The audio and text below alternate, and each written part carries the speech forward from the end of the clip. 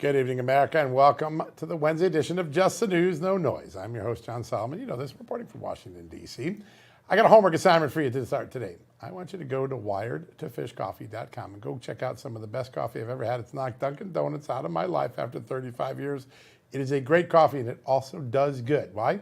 Every time you have drink a cup of coffee, they give 25% of the proceeds to Christian organizations and to conservation organizations who care about fishing and clean water. Go check them out today. Wired, the number 2, fishcoffee.com, and use the promo code Just News. You get 10% off. It's a really, really good deal for a really good brand.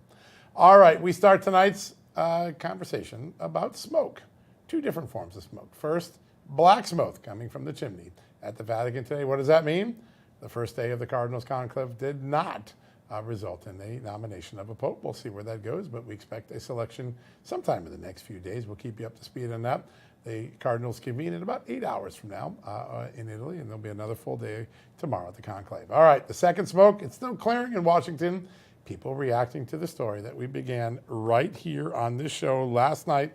That Biden-era memo that told the Justice Department and the FBI, you no longer have to investigate crimes. You can investigate concerning non-criminal behavior. In other words, anything you want. Someone spits, picks their nose, says something the wrong way, xenophobic, believes that China might actually have been the source of the coronavirus. That all would have been investigated. By the way, they were also told they should start to investigate people who might be xenophobic. Now, why is that important? Because that's the term the left used to weaponize anything they disagreed with Donald Trump when he was president the first time. They called him a xenophobe when he shut the border down. He called him a xenophobe when he suggested that we reduce the number of immigrants from countries that had high terrorism rates. Called him a xenophobe when he said, China was definitely behind the virus. They weaponized the term, and then they put it into the FBI's mandate to counter domestic terrorism in this country. In the name of fighting domestic terrorism, they created a domestic terror on our civil liberties. And today, all across the country, people have been reacting. We heard last night from Andy Biggs. Today we heard from Congressman Greg Steube. We're going to hear in just a few minutes from the great Alan Dershowitz. We are asking the FBI, is this still operational or will you pull it back? And my guess is the Casper Patel FBI is going to tell its agents today, don't follow that memo anymore. And we've asked the White House, are you going to rescind this memo? Because right now it's still in operation. As soon as we get an answer from Carolyn Levitt and the White House team, will get you that as well. But everywhere there, smoke is still settling in. People realizing this memo wasn't just a piece of paper. It was a significant threat to yours and my civil liberties. With that, I'm going to turn to my amazing co-host, Amanda Head. You've got a lot of other headlines you're watching today, right? Indeed, In fact, the Surgeon General just dropped out. I can't wait to talk about it in the E-Block. I am so excited. But yes, John, President Donald Trump is taking his bold America First approach to the entertainment industry, saying that he is open to meeting with Hollywood executives, not to cave to elites, but to ensure that tariffs protect American jobs and values, including in that important industry. He said, I want to help the industry. We're all about jobs. And he said that, making clear that any conversation with studio bosses would center on keeping production here in the United States. And Trump has many prior relationships in the entertainment industry, so time will tell if that factors into these conversations. And in some woke America news, Salt Lake City just made LGBTQ flags official city flags in order to dodge the state's ban on them in government buildings. Salt Lake City's move to designate LGBTQ flags as official city flags is a blatant attempt to sidestep Utah's state ban on political symbols in government buildings. This maneuver isn't about unity, it's about imposing a political ideology through government institutions and running it up the flagpole. All right, conservatives believe that government spaces should reflect shared civic values, not serve as billboards for progressive activism. And also taking us to some immigration updates in a sweeping move that tramples on executive authority and national sovereignty. A Biden-appointed federal judge has ordered the immediate resettlement of 12,000 refugees, directly undermining President Trump's efforts to restore sanity and security to America's immigration system. U.S. District Judge Jamal Whitehead, installed by Biden back in 2023, issued the ruling despite the Trump administration's clear legal argument that only a fraction of those cases could be safely processed. Another judge who thinks that despite the fact that he was not elected by the entire country, his word stands over the man who Americans did vote for. Pretty amazing, isn't it? Yeah. Incredible. And I'll tell you, I'm keeping a tally. It's like 24 of these judges have been reversed at either the appeals court level or the Supreme Court. But they're going to keep doing it because at the end of the day, it's not about the law. They don't care about their reputations in the judicial system. It's about the politics that they wear on their sleeve. It's just going to take some time, but President Trump's going to get over that hump pretty soon. All right. Whenever we talk about concerns about civil liberties, we turn to one of the most cogent voices in the legal profession. He's been doing it for more than 60 years. More than 50 books during those 6 years. That's amazing. I wrote 2 books. I'm still exhausted. He is the great Alan Dershowitz. We had a chance to talk to him a little bit earlier. Take a listen. All right, joining us now to give his opinion on all of this, one of America's greatest legal minds, Harvard Law Professor Emeritus and the author of many books, including Get Trump and my new favorite, Palestinianism, the great Alan Dershowitz. Alan, great to have you on the show. Thanks to be on. All right, I want to go back to this memo that I shared with you this morning. A lot of people talking about it. We went from a predicate standard in the FBI and law enforcement that you had to have a factual, reasonable basis that a crime committed to, if there's just concerning non-criminal behavior, go ahead and target Americans. Your thoughts on what you read in that memo? Well, it just shows that the Democrats really started this warfare and lawfare. They started it with memos like this. They started it with the 65 Project that has lawyers trying to disbar lawyers who have defended Trump.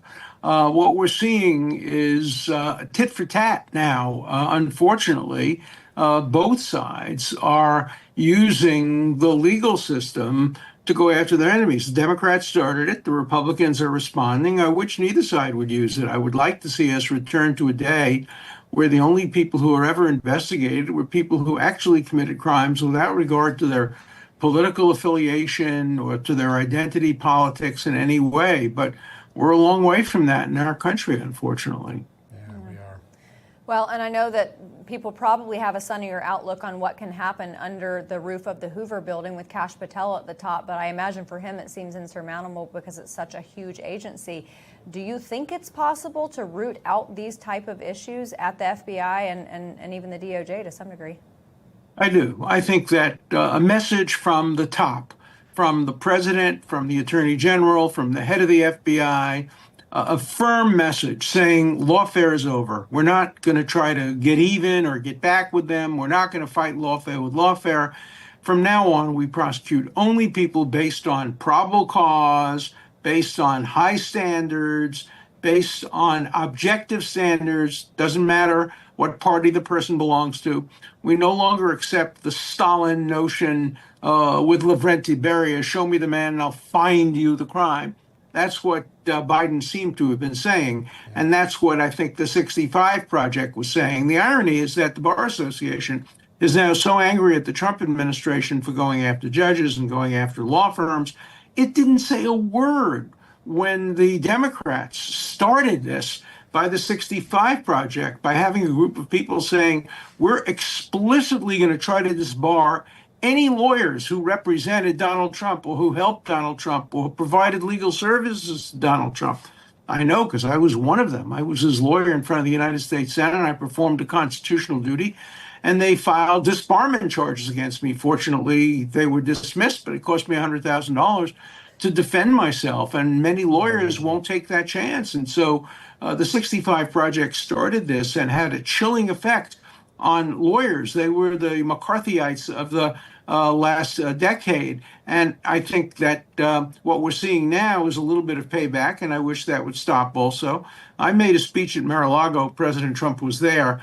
And I said I thought the best way to respond to democratic lawfare is to make sure that every case that's prosecuted in this administration is prosecuted fairly. And President Trump shook his head in agreement. And I think if he had his way, that would happen. I'm hoping that that trickles down to local U.S. attorneys and prosecutors, and that we go back to a situation where the only people who are investigated are people who are likely to have committed actual crimes. Yeah, no doubt about it.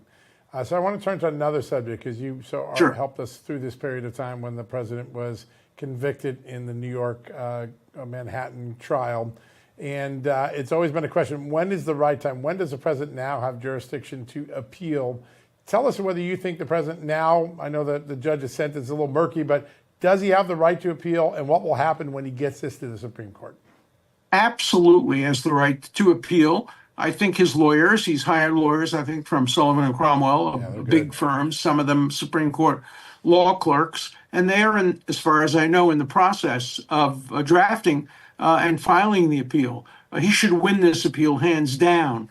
I have never seen a weaker criminal case in my 60 years of practicing criminal law. If I were arguing the case for him, the first thing I would say to the government is, tell us your theory. Explain to us how somebody could be prosecuted for a crime that you had to make up. There's no such crime in the statute books. And I don't think the government would be able to even articulate what the theory is. So I think there'll be a reversal. If it's not at the lowest level of the appellate division or the Court of Appeals in New York, it will certainly be at the Supreme Court of the United States. So I'm relatively confident that this horrible miscarriage of justice will not be able to withstand a serious appellate review.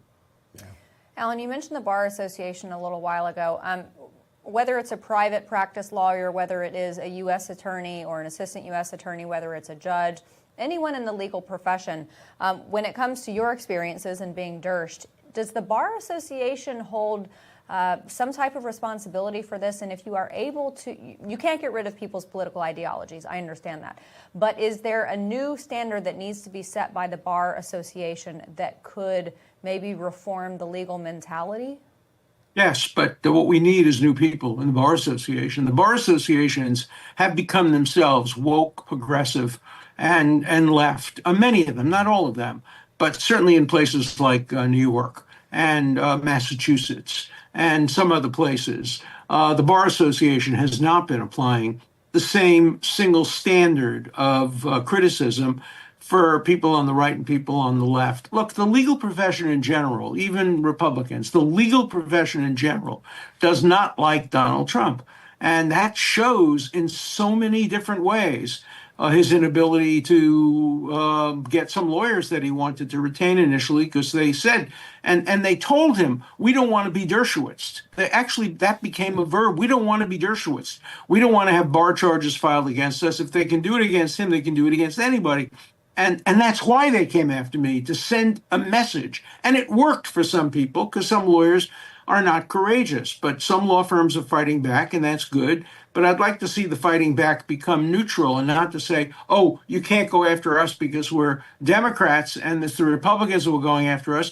Their argument has to be, you can't go after us because we're lawyers. We're John Adams. We're Abraham Lincoln.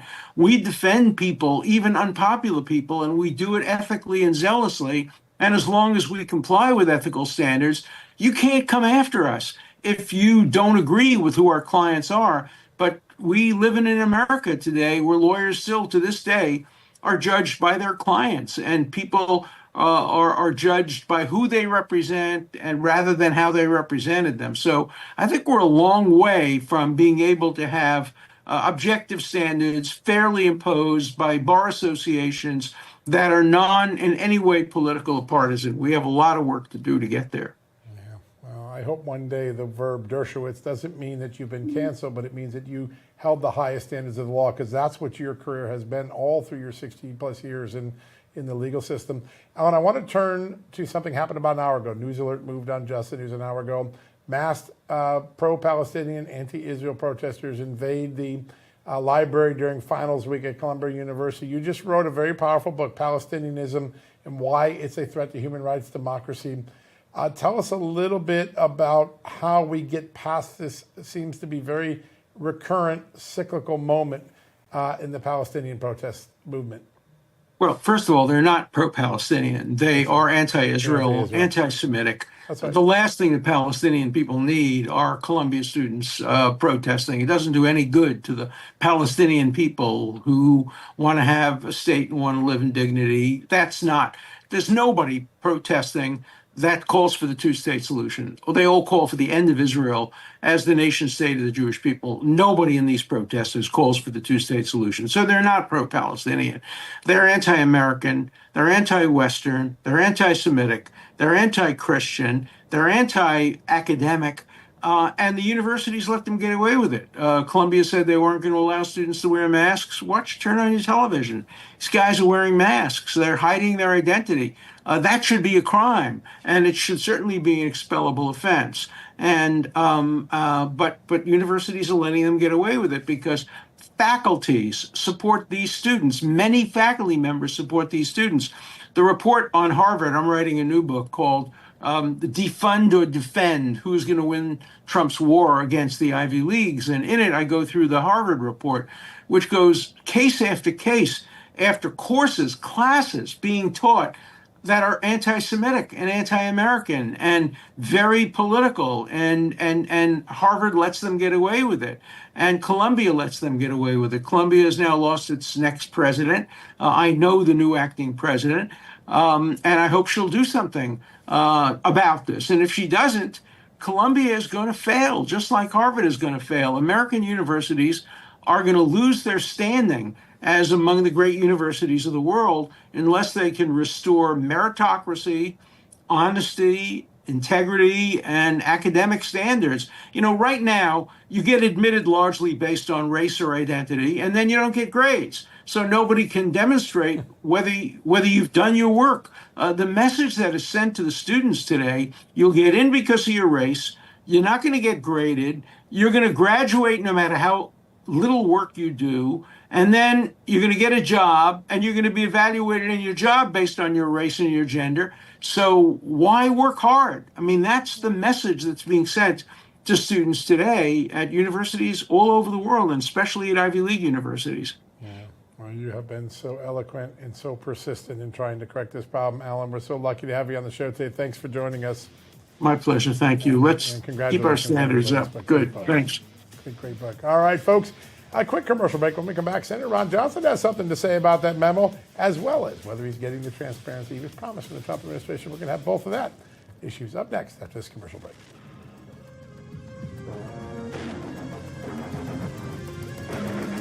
Hey, it's a new day in America and a new administration in Washington, D.C. There's a lot of excitement and optimism about the future, but the reality is there's a lot of work to do as well, especially when it comes to fixing our broken healthcare system. The truth is that the forces that are responsible for breaking our healthcare system aren't going to simply go away. The challenges our system faces won't disappear overnight. Now more than ever, you need to be prepared. That's where the Wellness Company comes in. Their doctors are medical professionals that you can trust, and their line of prescription medical kits are the gold standard when it comes to keeping you safe and healthy, as well as your family. Whether it's the medical emergency kit, the contagion kit, the first aid kit, or the travel kit, these prescription kits contain an assortment of life-saving medications and guidebooks to assist in the proper use of these medications.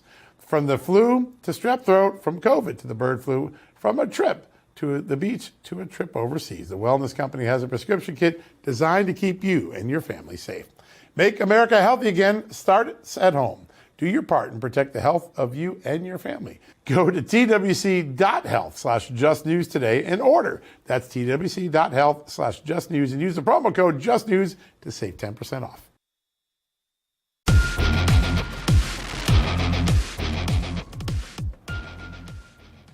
Welcome back, everybody. Remember during the Biden administration where devout Catholics were targeted and parents going to school board meetings and lawful gun owners and military members, and the messaging from the Biden administration, the spirit of their statements was effectively, this is an exception, it was not the rule. Well, thanks to John Solomon's reporting over at justthenews.com and, of course, TNI Tulsi Gabbard, who unredacted those documents, we now know that, in fact, there was a directive to go after concerning non-criminal behavior. So joining us now, someone who is a friend of the show, someone who always has cogent ideas about all of these types of things, from the great state of Wisconsin, Senator Ron Johnson. Senator, thanks so much for being here. Well, Amanda, hello, John. Glad to be with you. Glad to have you, sir. I think that for a lot of Americans, this is shocking, unfortunately not surprising. They made us feel like fools for saying that this reflected something similar to Lois Lerner's IRS scandal going after conservatives, when in fact it was not. Well, you're right. It's not surprising. You're right. It is shocking. And again, elections have consequences. And in this case, it's a very good consequence that now this is coming to light. And I appreciate Tulsi Gabbard looking up exactly what happened and releasing this information. It's important the American public understands what government does to it, how it tramples on our constitutional rights. From my standpoint, I'm not a fan of government. I don't think our founders were fans of government. They realized that we're men and women. We're not perfect. If you don't want to live in anarchy and chaos, you need some form of government, but government ought to be limited. It ought to be restrained by the enumerated powers of the Constitution. Unfortunately, our government has busted out of those constraints long ago, spends way too much money, over $7,000 billion a year this year. Again, I knew we were in trouble when we stopped talking about billions and went to trillions. So it doesn't seem like, 4.4 to 7 trillion, that's just a few $1 trillion. And those are thousands of billions of dollars. Nobody is in control. This thing is completely out of control. And unfortunately, when you have a radical left president, a lot of people are pretty sympathetic with a radical left president inside government, and they do his bidding. And that's exactly what we saw in these agencies, going after President Biden's, the left's political opponents, and trampling on our constitutional rights. Yeah, pretty remarkable. This is still an operational counterterrorism policy as of this afternoon. It was obviously drafted by the National Security Council.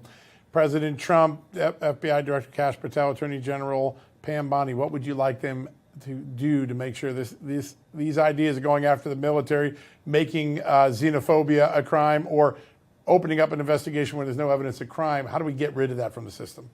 Well, rescind it, reverse it, make sure that everybody in these agencies realize this was and is completely unacceptable. And quite honestly, I would like to hold those individuals accountable that trampled on Americans' rights. Now, again, that starts with Joe Biden and Democrat in that administration. They were held accountable by being voted out of power. But again, I think you have to take a look at the actions of individuals that should have known better.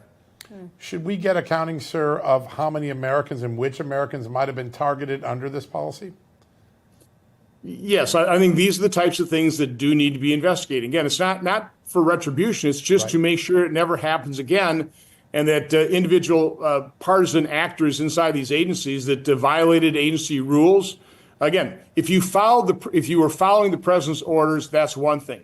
But if you were violating laws or rules inside your agencies, I think that's another thing. And I think those individuals ought to be discovered, exposed, and held accountable. Yeah, so important. Senator, I anticipate there are going to be a lot of Americans out there who, while it's great if the policy is rescinded, there's still going to be a pretty substantial amount of concern about agents and law enforcement who were champing at the bit to follow this type of directive. Is that a concern to you, and is that something that should also be looked into? It is. Again, I think you guys are aware that we have whistleblowers talking about certain FBI agents that were partisan actors and violated their procedures in terms of opening up investigations on their own, not following procedures, and that quite honestly resulted in Jack Smith's investigation, the trampling of President Trump's constitutional rights as well. So no, these are things that have to be investigated. It's one of the reasons we're learning, because it does look like the Biden White House and Jack Smith were in cahoots together, which is a line that normally a prior administration would never have crossed before the Joe Biden era. Your thoughts on what we're learning and what we still need to find out? Well, as you recall, too, Joe Biden claimed he was keeping hands off and letting justice be administered equally. But those things are all lies. I mean, we know that Joe Biden was a monumental liar. It's one of the reasons Senator Grassley and I have requested records from the National Archives of communication between the Biden administration officials, Joe Biden himself potentially, with those prosecutors, and not just Jack Smith, but the folks in Georgia, the folks in New York. Right. I know House Judiciary Committees looked into these things. Again, we need a cleaning of the house here, but we need first the exposure. We need to understand exactly what happened. We need to know the truth. Senator, you and Senator Grassley have both been absolutely savage, for lack of better terms, when it comes to pursuing the truth, and I know the American people appreciate that. When it comes to seeking out documents that you need for your investigations, whether it's NARA or any other federal agency, are you finding that there is any recalcitrance when it comes to turning over those items? Absolutely. But listen, the deep state does not give up its secrets well. I mean, for example, RFK Jr. Became HHS Secretary vowing, and it's his goal, and he's absolutely dedicated to this radical transparency. It's hard to get it out of HHS to this day. We're starting to get documents, but again, the deep state has many ways of frustrating the efforts, no matter who is president or who is secretary of the agency. They look at a new secretary, they look at a new president, particularly one they don't agree with, is basically this too shall pass. We can keep our heads down, we can wait them out. We have evidence potentially of destruction of records that we had repeatedly entered preservation of record demands on. That should have been filtered through the agencies. So, we have this Tom Shimabukuro, who initially we couldn't even determine whether he was still working for CDC. Apparently, we have not gotten any records responsive in terms of his communications on the vaccine safety. So it's taking us time. Now, HHS is doing its own internal investigation, so that hampers our investigations as well. So again, this is very frustrating. This is a tough slog. It's going to take quite some time to really get down and get to the truth and get all the documents that, quite honestly, the American people ought to be able to see.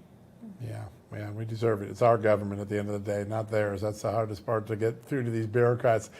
Sir, you have the ultimate solution to solving a big weaponized government. That is just to simply shrink it. You put a really reasonable idea. A lot of people praising you for putting this idea. Let's just get back to $6.5 trillion you're spending. That's sort of a pre-pandemic level, sort of with a little bit of inflation added. Is there a will in your own party to tackle the sort of spending cuts that need to be due to get to that number? Well, unfortunately, we've had a lot of inflation. So the 4.4 inflates up to about 6.5 for next year. Yep. Okay, so that's a good target, but we're spending right now more than $7 trillion. Again, listen, I appreciate the boldness, the swiftness, the decisiveness President Trump has been displaying here in his first 100 days, and he has so many issues to deal with. But again, I just fundamentally disagree with him wanting one big, beautiful bill. That's going to be one incredibly complex bill. And, we've got big spenders in our party who don't want to reduce any government spending or very little of it.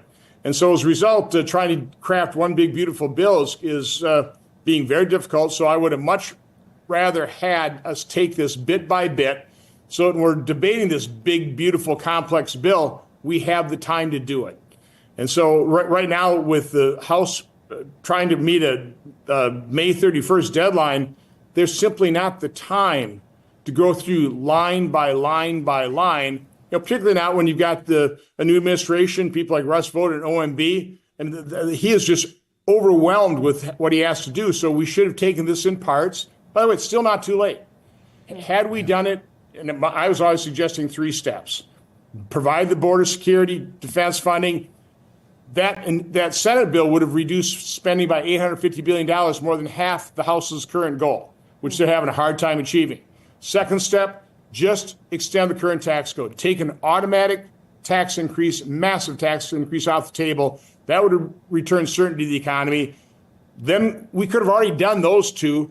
Then we could be working on this big old complex, messy, I guess beautiful, but it's going to be really hard to pass. So, for my side, we could have done that. It's not too late. Particularly in light of the fact that I'm not sure this big, beautiful bill can pass. I'm not going to vote for it if it actually increases the deficit. And right now, it looks like it will increase the deficit. That's completely unacceptable. It's a non-starter. So acknowledge that this was a mistake. The sooner we do that, the sooner we can get the border funding, the sooner we can take an automatic tax increase off the table. Yeah. Honestly, increase the debt ceiling, which we're going to have to do. Probably not as much as what President Trump wants. Do it incrementally because we need that debt ceiling is the only leverage we have against the big spenders in both parties. Great point. I guess big, beautiful is synonymous with hot mess at this point. Sir, I want to dig into the great work that you've done on vaccines before we let you go. The left went crazy when RFK was appointed, and then Jay Bhattacharya and Marty Makary, and now we have Dr. Vinay Prasad, who is going to be examining the vaccine schedule. I have a feeling you are going to want to keep an eye over that shoulder to see what transpires. What do you want to see from that vaccine schedule? Do you want to see it reduced, or just more investigations and research into it? Well, first, I want to restore integrity to science and research, which we don't have anymore. I want the federal health agencies to be honest and transparent with the American public, which they haven't been, and they still aren't. Right. Again, I think they will be under Bobby Kennedy. He's absolutely dedicated to doing it. So I couldn't be happier with the people who've been put in these positions. They are true scientists, which means they are skeptical. Right. They want to see the evidence, and that's when we need to see the evidence. We have to be allowed to ask the questions. We haven't even been able to ask the question. I mean, the minute you raise any concern about the fact we've gone from a few vaccines to over 85 in the childhood schedule, ask the wisdom. I mean, does it make sense to be pumping little infants with multiple vaccines at the same time? You get immediately labeled as an anti-vaxxer. And then you find out, as much as Fauci lied to us, including that these vaccines have been tested against true placebos, they haven't. Right. So that's one of the first actions of Bobby Kennedy is he's going to require that future vaccines are tested against true placebos. I hope we test existing vaccines against true placebos. So it starts with bringing true science, return integrity to science, be honest and transparent to the American public. Absolutely. So important. Well, sir, you are always asking questions and you are always pursuing answers, and our show and this country is so much better for it. Thank you so much for being here, Senator Ron Johnson. Thanks for having me on. Have a great day. Absolutely. Sir. All right, everybody, we've got to take a quick break, but we'll be back on the other side.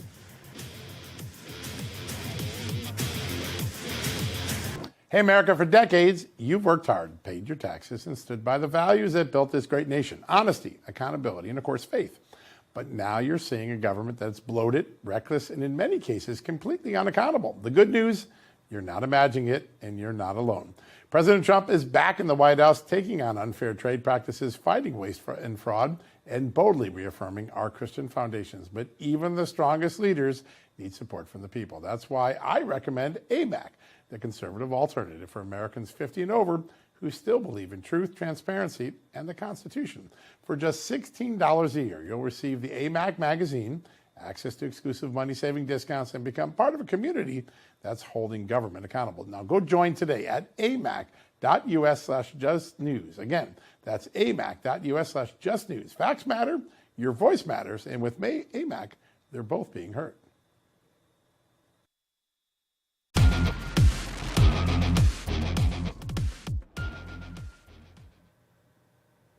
Welcome back, America. Last week when we were hosting those American Hero Awards for the border, two names kept coming up, and they're both because they work so hard here at Real America's Voice. Ben Bergquam and Oscar Ramirez, they have covered the border fearlessly, particularly during the Biden crisis, and since then. They keep us up to date on the drug cartel wars, the fentanyl crisis. They are courageous, they are accurate, they are entertaining, they are informative, and we're lucky right now to be joined by one of them, Real America's Voice Immigration and Border Correspondent, Oscar Ramirez. Oscar, good to have you back on the show. Man, John, it's always a pleasure to be with me, be with you guys. Thank you for the invitation. Well, we love you. Last week we were with all these families who lost loved ones at the border, and to a person, they just commend what you and Ben have done here on Real America's Voice. You guys are American heroes to them, and I just want to pass that along because we saw it all throughout the night here as we were doing the first ever American Border Hero Awards. But thank you for what you do. There's a lot going on, and I think the first thing is just a little bit ago. This happened just about an hour ago. I believe there's been an arrest of 3 border agents who were involved with the cartels in human trafficking. Tell us what you've learned.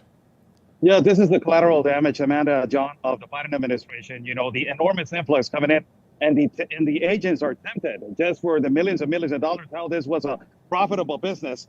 The names are Farley Salmonte, 38 years of age, Ricardo Rodriguez, 34 years of age, and Kairi Estefania Quiñones, 31 years of age. These are the agents that they are arrested with the charges of conspiracy of transportation and also conspiracy of illegal trafficking of humans into the United States of America. The most aggravating things about this, John, it is that these illegal aliens, they paid amounts and amounts of money to cross on the back of a car smuggled. These are people that they don't want to be identified, possibly potential terrorists, possibly potential people that they are violent, that they have a background of violence. We don't know about these particular illegal aliens that they were let in under these 3 agents that they were working profoundly and sadly with the organized crime, and now they were arrested. And the other thing is that this is what the Trump administration needs to deal with. The interior corruption, this mass deportation, that it hasn't been, what everybody thought that it was going to be immediately effective because of the judges and because of all of this.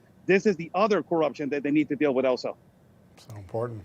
Oscar, with respect to the cartels that had operational control of the border under Joe Biden, nothing like a money problem to create infighting. And because the border is shut down, because there is less being trafficked across the border, they are certainly in dire straits when it comes to finances. But there's some infighting between these cartels, right? Is that benefiting us?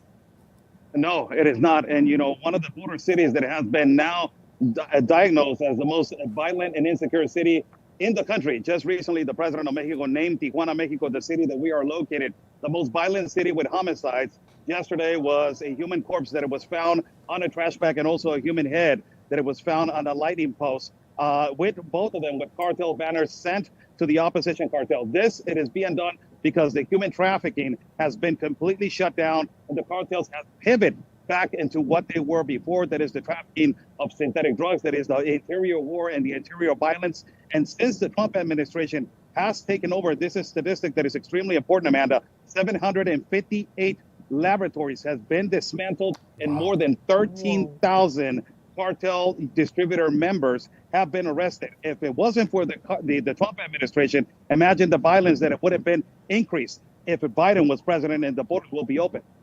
Yeah, and all the poison that would be killing our young adults as well. It's amazing. That's an amazing statistic.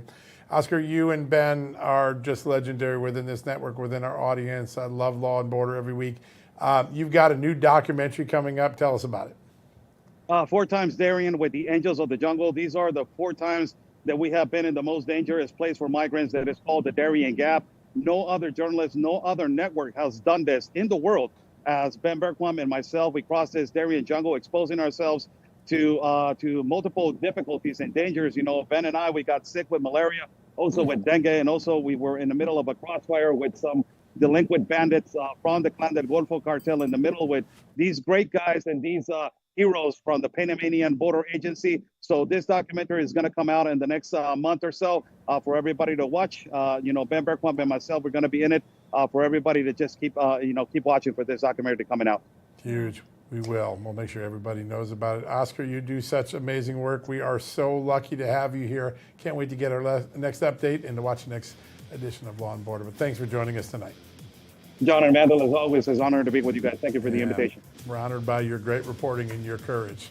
All right, folks, we got people, journalists who worry about getting a paper cut. These guys are getting dengue fever doing and malaria? That's what you call heroism. That's what you call great journalism. That's so cool. All right, we're going to try to take a quick commercial break. There was a big switch today at Surgeon General, the original nominee poll. The new MAHA, Make America Healthy candidate installed. We're going to get to that plus a whole lot more right after these messages.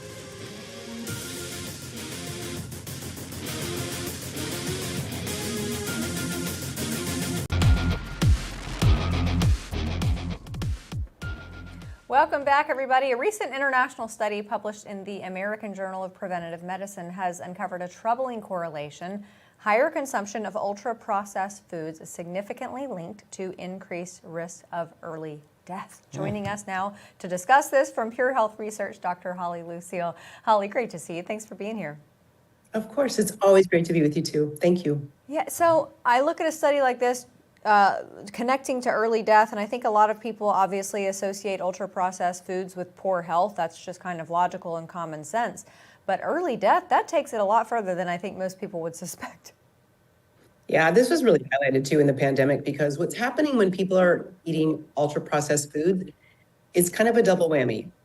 They're basically nutritionally valueless, right? So they're not getting the nutrients needed to fuel their biochemistry, and the additives and the chemicals are also causing a tremendous amount of inflammation. Think about that cytokine storm that we always heard about during the pandemic, when somebody would just get sick and then that inflammation would just flare off like a huge firestorm within their body. So this is what's happening. And yeah, premature death, it's real.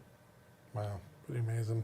Robert F. Kennedy has taken the government public bureaucracy by storm. And I think one of the things he's doing is helping us understand that we made a bad trade in America. We traded convenience, processed food, and now we've become one of the sickest nations because that convenience has now come back to pay us back.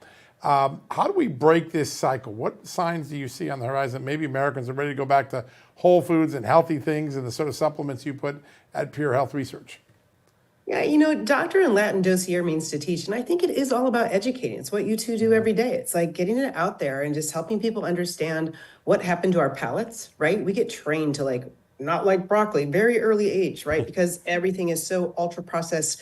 You know, think about high fructose corn syrup and how sugary that is. And like, if you don't get it, you just want more and more of it. So I think education is really important. I think what's happening with the administration is super important, that we're turning some of these things around and we're fighting the big companies, big pharma and big food. You know, food is just as culpable because I think there are some things that are added to make us want more of their product. So we spend more money and we get sicker and sicker, and that's not okay for this nation. It's just not.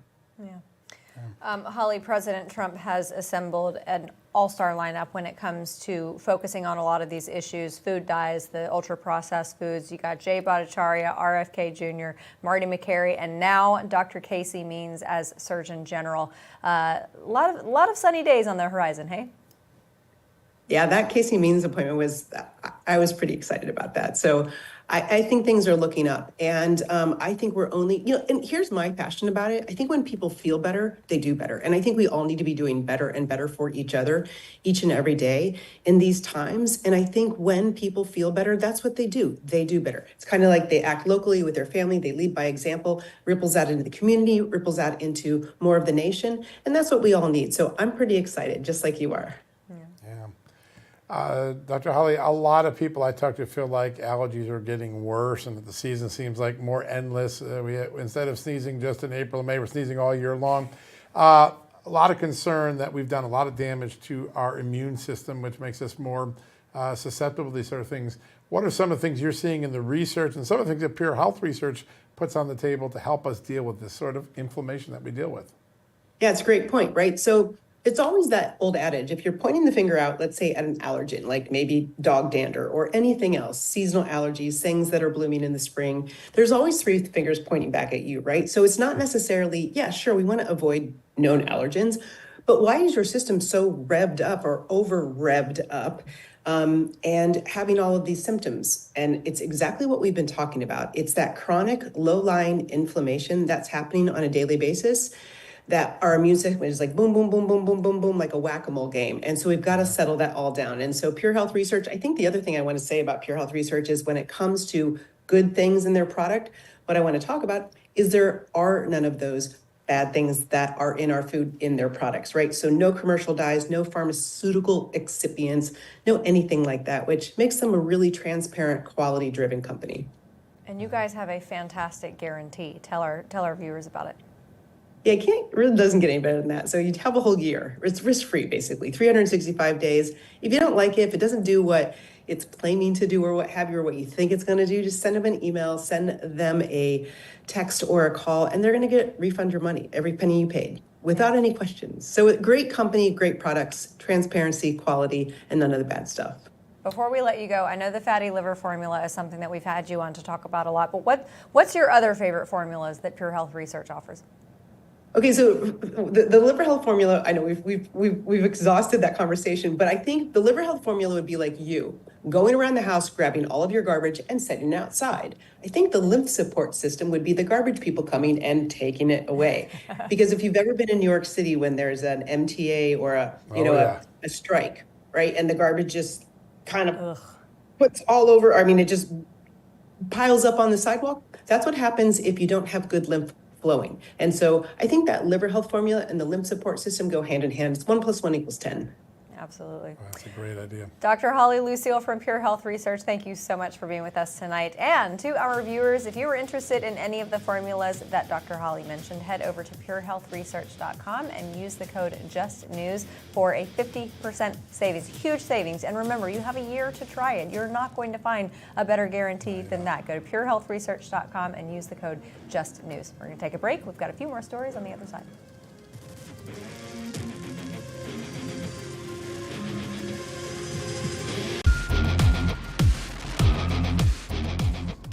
Welcome back, everybody. A few more topics to get to. And John, this is something from yesterday that I wanted to get your take on. President Trump saying he wants to reopen and rebuild Alcatraz. Now, Oh, I'm yeah. trying to decide if I want to take that at face value, that he actually does want to do that, or if that is just a part of his messaging, trying to make it resonate with criminals in this country that the lawless phase in American history is over with this guy. Well, it's a little bit of everything, right? It was a quiet Sunday night when he put this out. He owned the oxygen for hours. The media lit it up. That's exactly what Donald Trump does so well. He plays the media so well. I wrote the story, in fact, on Sunday night because I was the only one on call at the time. Listen, I think there's something. He may very well do it because he's the sort of guy that he likes to build things, restart things. Changing it from a museum to back to the inescapable prison it was is probably something he would be fond of doing. But it does send a message. You might want to get your derriere out of the United States if you're illegally here now, because otherwise you're going to end up in one of the most miserable places in the world. And I think that messaging, all the things that President Trump is doing, there's a carrot and stick every day. We'll give you $1,000 flight and no harm if you leave legally now for trying to come back legally next time. Or, hey, you might have an Alcatraz. We also have Alcatraz. Yeah, door 1, door 2. And I think it's a little bit of political Monty Hall with a very powerful message. And I think that's why you're starting to see more people self-deport. And why you're also starting to see the efforts to get the really bad guys and gals off the street are accelerating. All right, so you as a good Catholic, the 2025 Papal Conclave began, but it was black smoke this time around. How many more days do you think it'll be before we see white smoke? It could be tomorrow. I think more likely Friday. Okay. We'll see a couple days. you There's heard a lot to since then? process. It's a big decision they're making. They're not just picking a successor. They're, I think, really putting a bet on the future of what the direction of the church is. And it's at a crossroads. And, Francis was really good at getting all these discussions to the forefront of the mind and to the forefront of the dialogue, but not necessarily making enough clarity about where the church is going to be in the modern era on them. And I think the next pope's going to have to do that. And which way that pope goes will decide whether the church keeps expanding or maybe it begins contracting. There's a lot of concern in the American Catholic Church about Francis's lack of clarity. And we hear it from Frank Pavone and others, but it's a very real issue. And those cardinals, no matter where they come from, they know about this. They know it. They've heard it. Well, and quite serendipitous timing with respect to your story and devout Latin Mass attending Catholics, because those are exactly the type of people, the people who were targeted by the Biden administration, who I think do want to see a new direction for the Pope. They wanted something more evocative of maybe John Paul. There's a whole bunch of young people that are interested in going back to the most Byzantine and Catholic Rite, Latin Rite Catholic Masses, and why would we disenfranchise people on a journey to faith? I mean, and I don't think that was Francis's intention, but it's certainly been interpreted that way. The next pope can bring some clarity to that, I think. All right, let's shift to India and Pakistan. This is a situation that has been percolating. You now have airstrikes. How do you think Pakistan is going to respond? I think cooler heads will prevail. I think the president and his team have been deeply involved in diplomacy on this in the last couple of days, and I think a major diplomatic effort is there to keep this from escalating. It's always a tinder dry force between those two. Kashmir is always the flashpoint, and they're both nuclear armed, so things get really concerning quickly when you realize the escalation. Thus far, they've been able to de-escalate for the last 24 hours. That's a good sign, and President Trump's team is on it. I think there's a lot of foreign policy stuff. I think the president is a couple days away from making a decision about whether to stay in or drop out on Russia. I think we could have an India or some other big trade deal on Friday. And then next week, I think we could have some Abraham Accord 2.0 deals announced or frameworks announced. Wow, the foreign policy stuff, which is, we've been doing all this domestic policy, but there's big things happening at the foreign policy front. Yeah. All right. And on the other side of the country, I know sometimes it feels like a foreign country, but California down in Los Angeles, maybe it President should be. Trump. Listen, I'm pretty sure that Hollywood does not want Donald Trump's help. However, I do believe they need it. You look at the number of days in production in 2024 compared to, say, 2014, and production has not only moved overseas, but just to other states in the country that offer more tax incentives. They have crushed the industry Canada, in Georgia. California. I mean, there's so many movies being made in places other than Hollywood because California is just, it's also what's happening with factories and distributors and manufacturers. California is not going to get the message. But here's one thing that President Trump will be doing for Hollywood, I think that could be big. IP protection with China and India, two of the biggest thefts of our great Hollywood and entertainment intellectual property. And I think these trade deals that he's doing will make some inroads on that, and that'll be good for a Hollywood that normally doesn't give President Trump any credit whatsoever. Yeah, well, they might be forced to, especially if President Trump is able to bring the industry back to Hollywood. I can't tell you when I lived in LA how many people I talked to back when I was a singing server at a restaurant. A lot of tourists came into that restaurant, and they would always say, we thought Hollywood was going to be so beautiful and glitzy and glamorous, Yeah. and it just isn't. They've absolutely crushed it with You their remind policies. me, you were a singing server. We got to get you to sing sometime on the show. Come on, folks. Get on social media and say it's time for Amanda to sing her way out of a show. Okay, well, that's a good excuse for me to log off of social media for the next 24 hours. I didn't mean to put you on the Oh, spot. Sorry everybody, about that. thanks so much for being with us tonight. We're going to be back here at 6 p.m. Eastern. Have a wonderful evening.